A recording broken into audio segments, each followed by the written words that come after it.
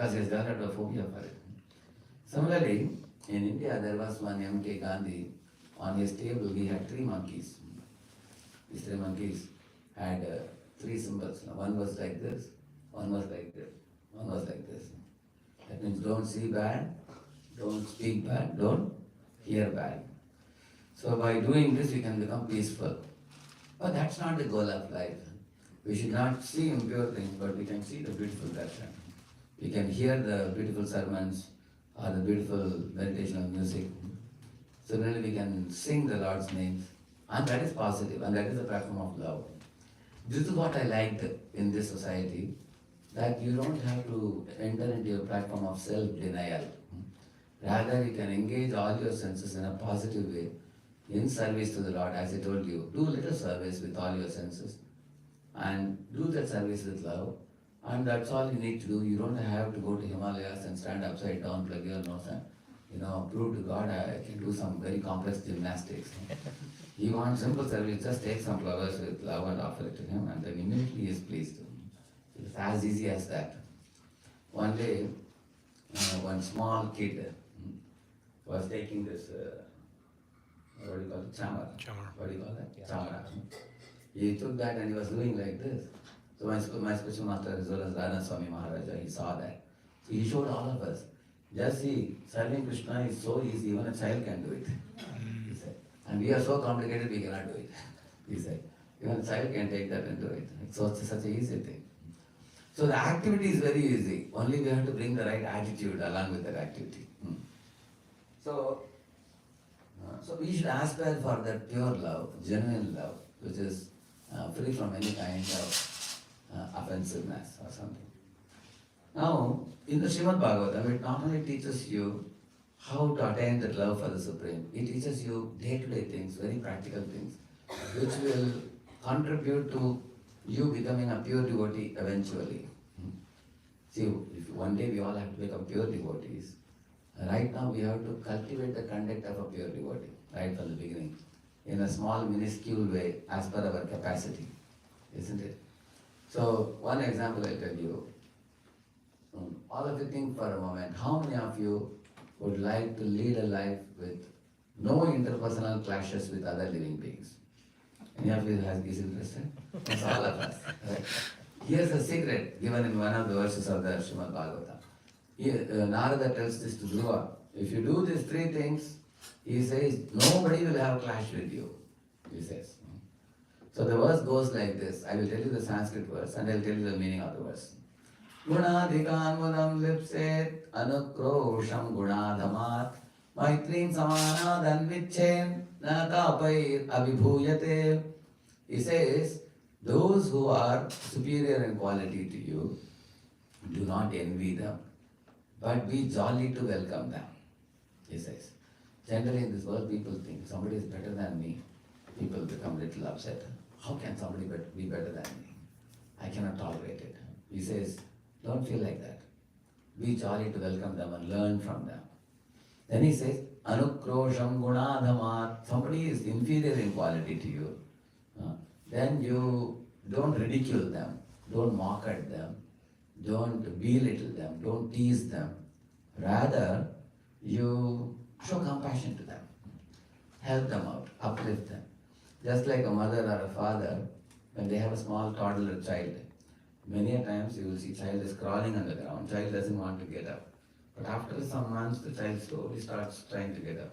The mother lends her fingers to hold it. And the child is like trying to walk or touching the wall, the child walks. If the child slips and falls, mother will never tease the child. Will she? Any mother or father will give the two fingers to see the child walk. The goal of the mother giving the fingers is to make the child victorious in walking. Not that she wants to see the child fail and ridicule the child. So if I'm a senior, my outlook towards juniors should be like a mother for the toddler. That type of compassion should be shown. Similarly, if somebody is a superior, we can always take their help. So I want to do cycling. I don't know how to do cycling. I got a new cycle. I need the help of my father to hold the seat so that when I am sitting and riding, when I was riding the cycle, my father was holding behind. I totally forgot that he is holding it. I thought I am only cycling very nice. Next day I took the cycle to drive it myself, I fell on the other side, I got wounded. Then I realized I need help. So if somebody is better than me, I should take help from them and respect them, appreciate them, honor them, thank them, be grateful to them. Rather than feeling that you think you are better than me, I will prove to you that I am better than you. We don't have to do that. And if somebody is equal, oftentimes with our equal friends, people have difficulty associating. Because people go to equal friends and brag about themselves. You think you have done that, I will show you what I have done. Like that, they get that type of attitude. So what he says, Maitrim Samanat and Vichin, learn to befriend those people who are your equals, who may also be talented in something. And because you can learn from them and you can share with them what you know, mutually. Like one of my very dear friends is Gauranga Prabhu. So we both joined at the same time in 1994, and in college we were students together. So he was a B.Tech student, I was a M.Tech student. I was only senior in age, but in wisdom he was senior to me. When I was reading Srila Prabhupada's small book, Gauranga was reading Bhagavad Gita. When I started Bhagavad Gita, he went to Bhagavatam. When I started Bhagavatam, he already finished Chaitanya Charitamrita. He was always ahead of me. And I used to take a lot of inspiration from him. So recently I went to one temple. There one Mataji in the question answer she was asking, Prabhu, Gauranga Prabhu told that you are his inspiration, you brought him to Krishna consciousness. And I could not contain my laughter. Ha ha ha ha, I was catching my belly and laughing. And everybody was surprised that, why you laughed so much? I said, it's the greatest joke of the century. I am not the one to bring him. I happened to see him in the same class which was given by His Holiness Bhakti Center Maharaj. And we both were attending the spiritual program together. In fact, I derive inspiration from him. How can he say that he derives inspiration from me? So many of them said that. So we are confused. We don't know who derives inspiration from whom. Who is senior, who is junior? I said, I consider him my senior. I told them, in knowledge and wisdom. Actually, between friends, we need that type of relationship. If we have respect for a friend, equal friend, although one may be equal, we think they are senior to us, then we can draw some energy from them, support from them, guidance from them, inspiration from them. But if we try to look at a friend and say, you turn this way, they turn that way, we don't talk to each other, we are on an ego trip, then we will not be able to take advantage of the equal friendship. There is something in English called as interdependence. You know what is interdependence? There is dependence, independence, interdependence.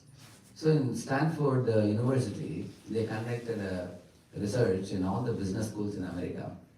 And one thing came as a big surprise to them, that 72% of many of the business school graduates have difficulty in team playing. And 57% of them have difficulty in knowing their job description. So they said, oh, team playing is such a difficult thing. What is the difficulty with team playing? They found that, many people are dependent emotionally on others to make decisions for them. But smarter people can come to the platform of independence. From dependence to independence. I am like a lion, or I am like a tiger in the jungle. I don't depend on anybody. I do my own things. And I have people below me, and they are all at my beck and call. And I will do wonderful things and they will clap hands for me. These type of leaders are many independent players. But if you put them in a team, they collapse. They cannot survive because they get into ego trips with others. They can't respect the skills and talents of others. That is their main problem. Everybody wants to show off. They don't want to learn from equal friends. If somebody is capable of learning from another intelligent person, you are also intelligent, he is intelligent, both are ready to learn from one another. That is called interdependence. Interdependence is only possible when we keep aside our false ego. And one boy had a very nice t-shirt which said, live echo, leave ego. That was the message. Live echo, leave ego. Which means everybody wants to live in an eco-friendly environment where you have a lot of greenery, flowers and everything. And for the body it is very good, eco-friendly environment. And for the soul, ego-friendly relationships is very good. And Vrindavan in the spiritual world has both these things. Everybody is living in eco-friendly Vrindavan, it's a village, and everybody is ego-friendly. Lord and the devotees have no false ego. They are free from that false ego. Everybody is thinking others are better than me and they are humble.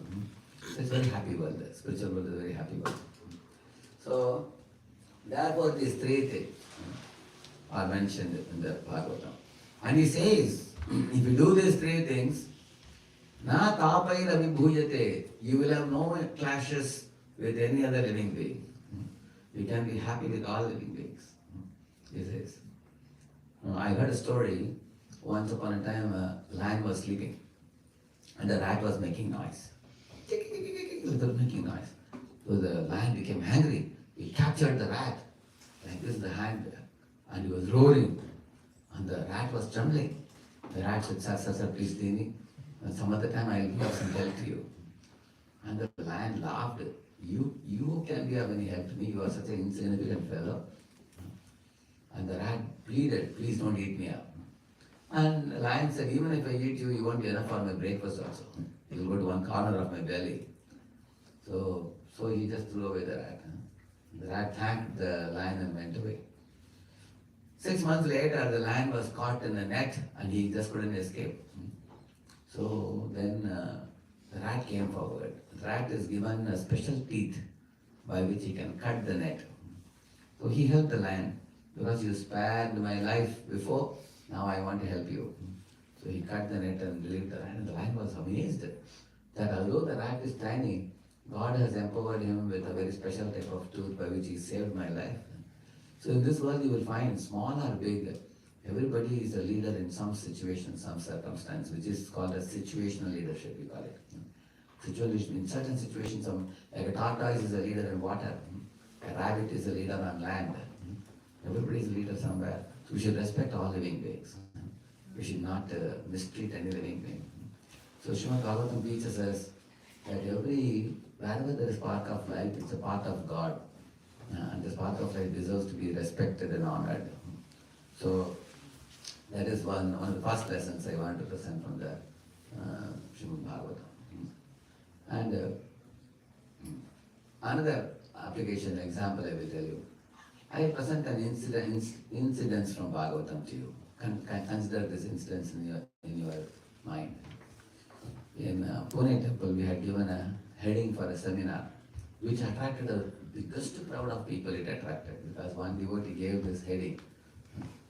Nowadays they give very attractive headings, isn't it? He gave a heading, Death on a Wedding Day. Yeah, that's the heading.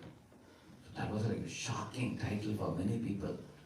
Many wanted to know, how can that be a death on a wedding day? What happened? Did somebody shoot somebody? So they were very curious to know what it is. It is talking about an episode in Srimad Bhagavatam. What was that episode? Once Vasudeva was getting married to Devaki, and Devaki's brother was Kamsa. Now Kamsa was a very demoniac king. And known for his nefarious activities. But here, in this particular marriage of his sister, he behaved like a fine gentleman. He was drawing the chariot where his sister and sister's husband Vasudeva was sitting behind, and he wanted to show the world how much I love my sister. So he was drawing the chariot.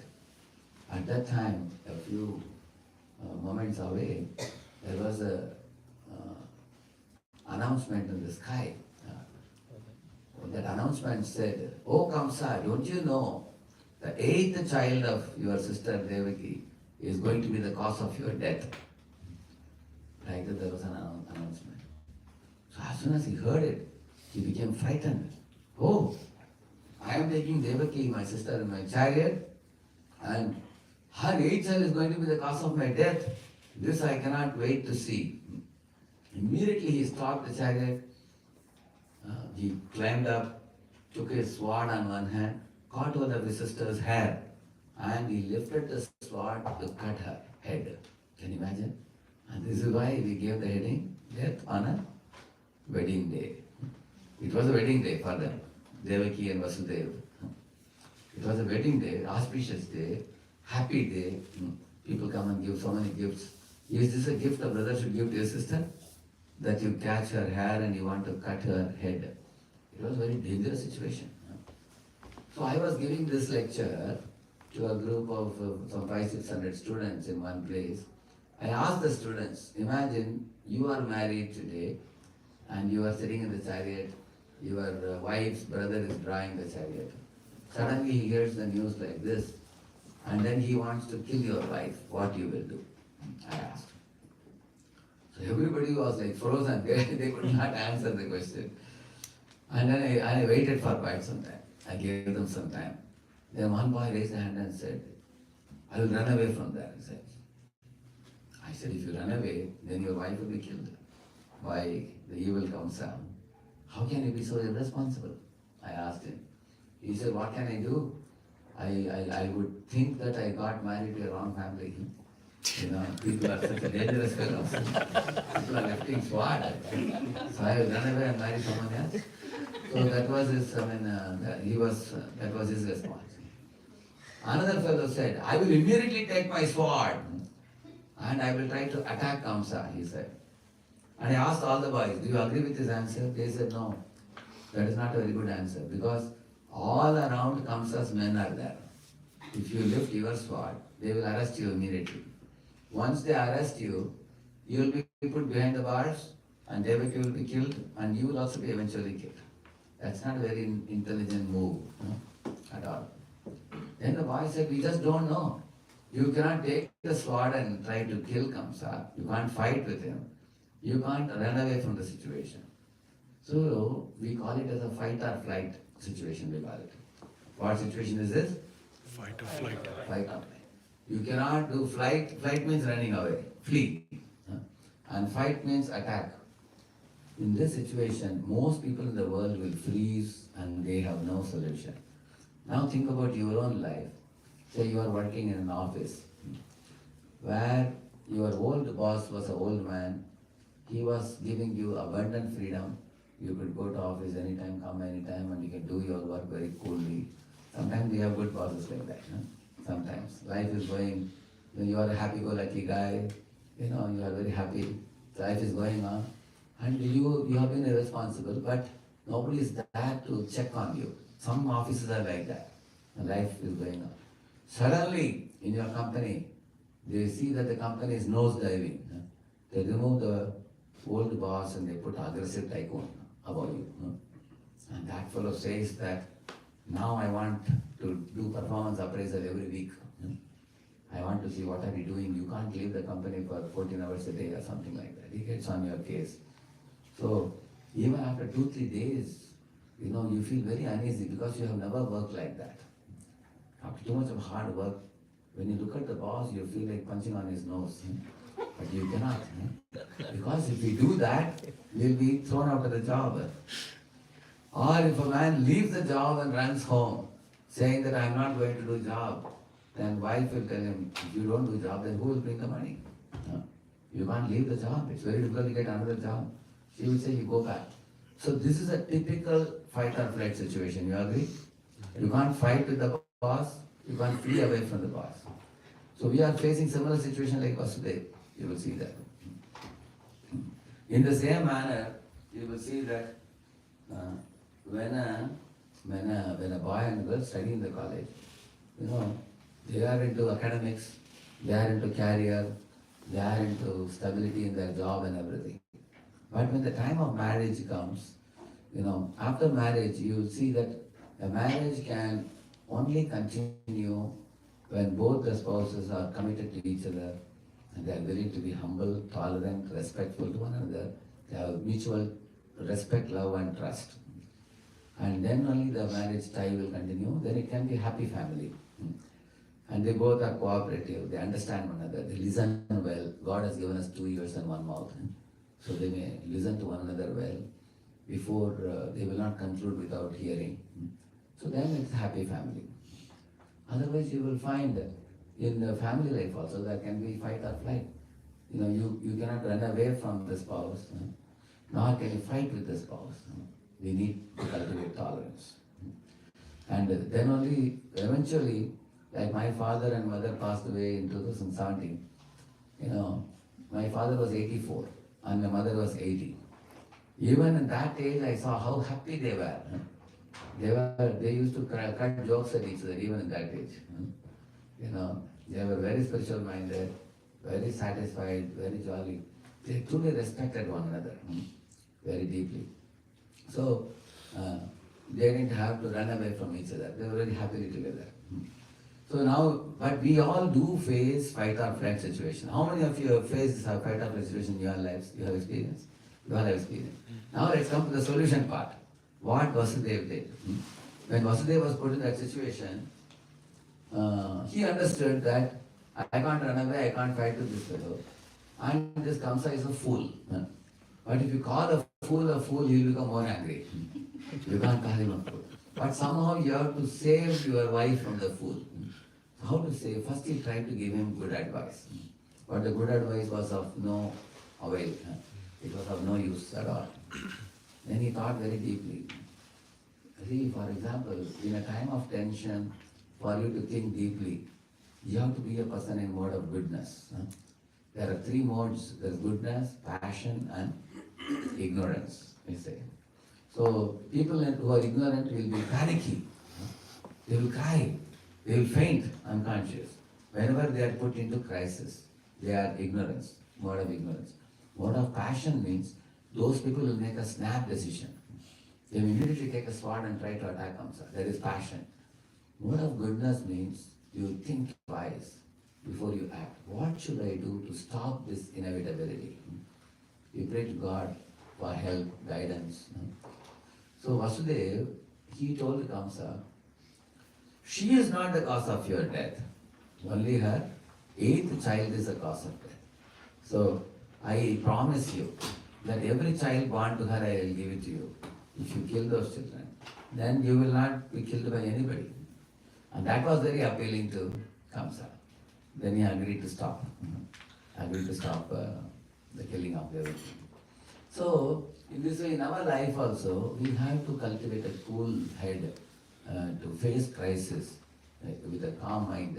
We can't afford to be hot-tempered and retaliate back or react back in such situations. We have to maintain a composure. Especially if you are becoming a leader anywhere, in any situation. Leaders ought to have that composure, calm, cool, collective head. So there are 4 things in this world we have to tolerate. I will put them very simply. They are Sanskrit words I will tell you, but I will tell you the English equivalents. There is a para utkarsha sahishnutta, which means other people's progress when you see, we should not burn. We should be tolerant about that. Don't talk ill of them when you see your friends progressing. Para utkarsha sahishnutta. Para mata sahishnutta means if others have an opinion different from you, you can think that God has made us all differently. God has made us all unique. Like 5 fingers, we all are unique. One is a challenging finger, one is an indicating finger, one is the longest finger, one is a finger where you put the ring, and the tiniest finger. Every finger is unique. You can't cut all the fingers to make them same size. Every finger is unique. And they have their unique purposes also. So in the same manner, in God's creation, everybody is unique and God is acting through His children in different ways. So we all may express different opinions. Some become engineers, some become doctors, some become chartered accountants, some become teachers, some become housewives and different people.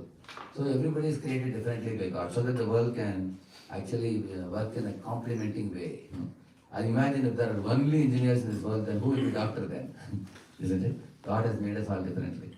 So, therefore, paramata sahishnutta means tolerate others' opinions. Tolerate others' progress. These 2 things. And the third thing, dvandva sahishnutta means this is a world where there is always pleasure and pain, honor and dishonor, the victory and defeat, profit and loss.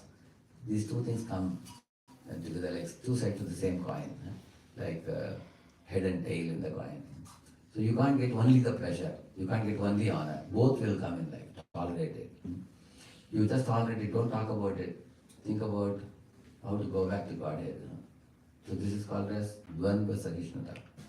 And another one is called as Vega Sahishnata, which is explained in the Rupa Goswami's Nectar of Instruction book, the first verse. There are 6 urges. The urges of the tongue to speak, the urges of the mind, urges of anger, urges of tongue, belly and genitals. These urges have to be tolerated also. That is called as Vega Sahishnata. So you have to tolerate the urges, tolerate the dualities, tolerate others' progress, tolerate others' opinions. When you tolerate these things, then you become a solid, integral person. You will be able to have an inner strength to face any challenging situation. That is why Vasudeva could do that. You will see Vasudeva could fall and face a challenging situation, a fight or flight situation. So, therefore, if I am working in a company where boss is a demanding fellow, then I can understand that the company is nosediving. If company doesn't make profit, how do pay me salary? Maybe I have to modify my working style. Maybe I have been very cool all these years, but now let me put more hard work. I am prepared. Prepare yourself in the mind. How many of you don't like the last minute assignment? You don't like it. Yeah. So imagine your boss, newly appointed boss, always gives you assignment last minute. What will you do? You have to live with it. What cannot be cured must be endured. So if you are prepared in a very cheerful manner, you are not going to become upset with that. You are prepared for it. When our mind is prepared for something, you can be cheerful. So in this way, there are many sections of Srimad Bhagavatam which will teach us many lessons. But I want to give some time for you to ask some questions also. Anybody would like to do some discussion, reflection, some questions? 3 things you can do. You can also say some reflection from these understandings in your life. That's one thing you could do. Another thing you could do is you could recollect something from the lecture which I spoke today, and you can elaborate on it or appreciate it or whatever. And the third thing you could do is also to ask some question related to what you have been speaking. Yeah.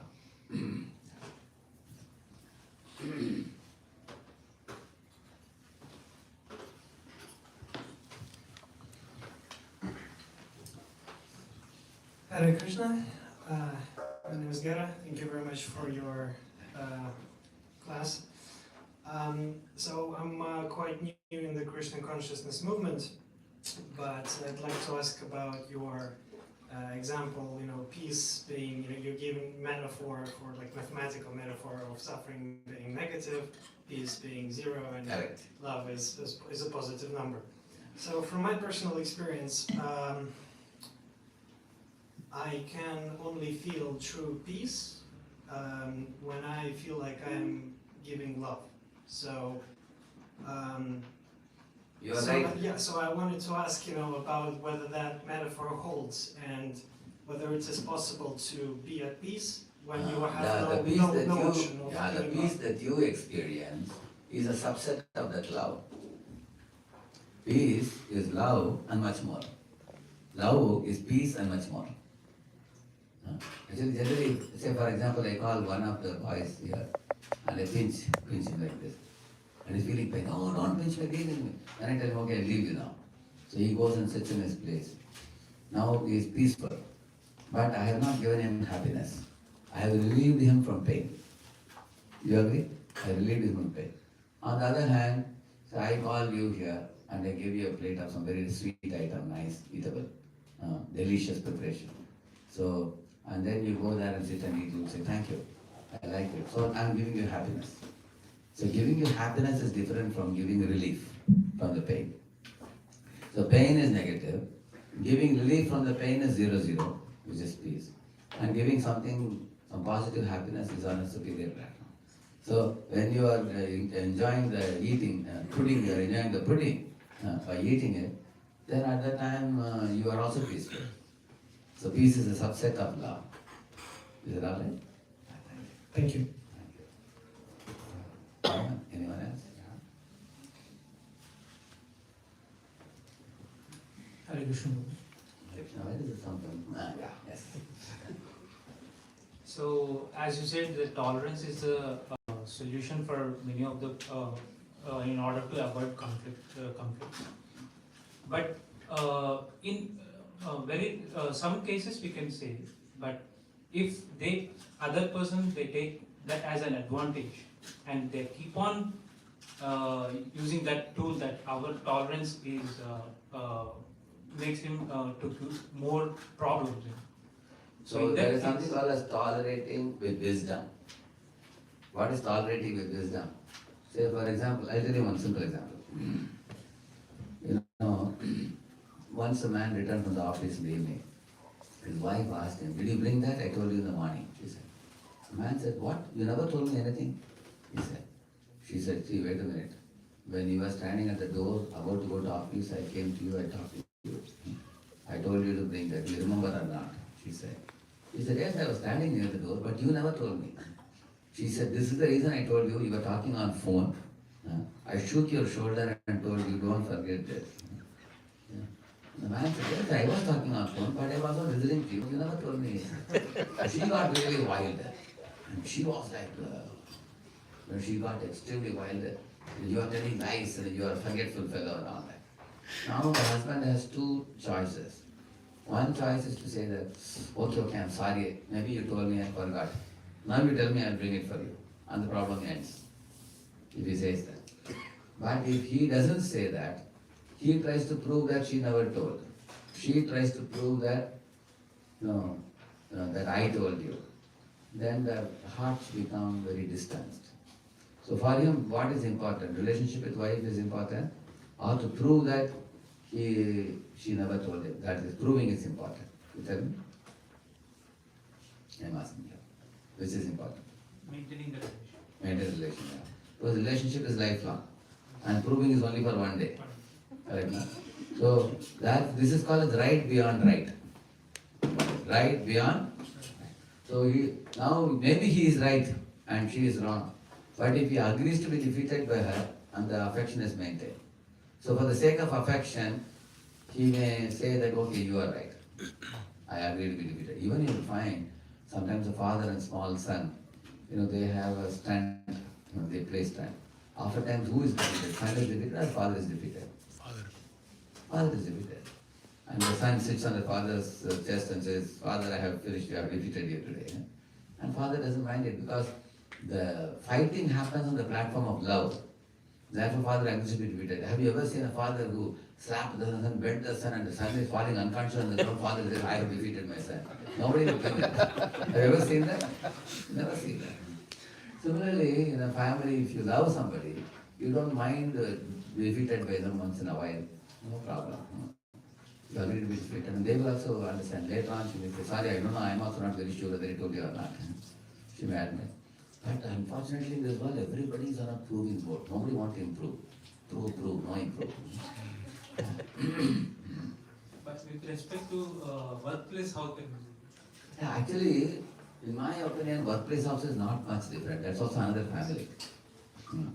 Wherever I connect with people, for me, that's like a family. Whether it is workplace or home also. Because in workplace also, although there is money involved in workplace, ultimately you need the cooperation of your colleagues to do anything wonderful. Correct, no? Like I am a president of the Pune temple. I have an 8-member TMC with me, Temple Management Council. And every one of them is very respectable, very senior people. So if I don't have a very good affectionate relation with them, now because I have a very nice relation with them, I can travel across the globe for 3 months also and the temple will run there very smoothly. And I have to once in a week or twice a week I have to connect for some important things. Otherwise they run the temple. So they are doing my work in a very nice manner. So I should have respectful dealing with them. I should appreciate them, thank them, be grateful to them, and look into their needs and provide their needs and all that. That's also like a family for us. So wherever you are working, it's not that colleagues in an office are paid money so we can take them, for granted. I'll tell you one example. My spiritual master, Ranath Maharaj, one day was coming traveling in a car, I was sitting behind. So when he got down, the driver got down from the other side, in some very big, some big man's house. So when we were about to go, Maharaj looked at the driver and said, "Thank you," he said. And the driver said, I rarely get a word thank you from somebody like this, he said. Because you have paid for the driver. You are not obliged to say thank you to him. Maharaj said thank you to him. So he was very happy, that fellow was happy. So I have seen my spiritual master, he tries to make everybody comfortable and happy, makes an effort. So if we adopt that consciousness, we will not have much tussle with any living entity. It is in your interest that you deal with all living beings nicely. That's what I told you already with wisdom. It's not that we should allow ourselves to be abused by somebody or exploited by somebody. You know the three types of behavior: passive, aggressive and assertive. Like for example, exploiting others is aggressive. Letting others exploit us is passive. Like we tell people, you dance over my head, everybody exploit me, I am useless, I am good for nothing. That is passive. Aggressive means taking undue advantage of others. Like some children snatch away the toys of other children and they tell the other children get lost. That is aggressive. Or some children are very timid. As soon as somebody raises the tone, they will give away the toy. They are passive. Assertive means you keep your toy, I'll keep my toy. That is assertive. So you can be assertive in this world while dealing with any other living being. You have the right, you accept your right and let others have their right. That is assertive behavior. And we can do that assertive thing in a nice manner, but sometimes we can compromise on that assertive thing when dealing with intimate relationships, where affection is important. I have seen one more behavior, I'll tell you. Like today, you have a colleague, he committed a mistake. And then you point out the mistake immediately after the mistake. And he tries to save his face. And you try to prove it thoroughly. Then the relationship becomes very distanced. But when he tries to save his face, you tell him it's all right. I also do mistakes. Like you have done mistake. I also have done mistake in the past. So we had some money lost because of this. Let's be more careful. It's not your mistake, it's my mistake also. We are all in one team only. Don't worry. Then they feel very nice. Then next day, after a week, he will come and tell you, actually none of you are involved, only I was involved, the mistake was done by me, I'm sorry. He will say that. On the contrary, if you try to prove to him that the mistake was his, and he will try to somehow disprove your idea and the relationship becomes very distant. Even in office also, we need proper connection with people to get things done. I would say that we have to respect other people while dealing with other people. All right? Thank you. Anybody else? Anybody else would like to say anything?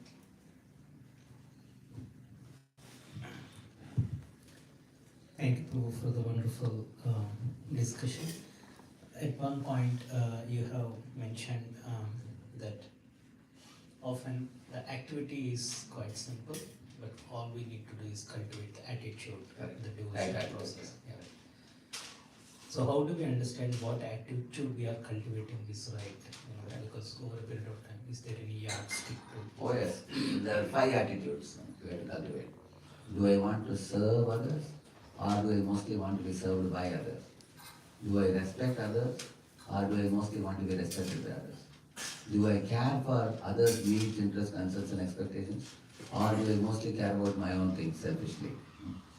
And do I feel glad upon seeing others' advancement, progress, or do I envy them?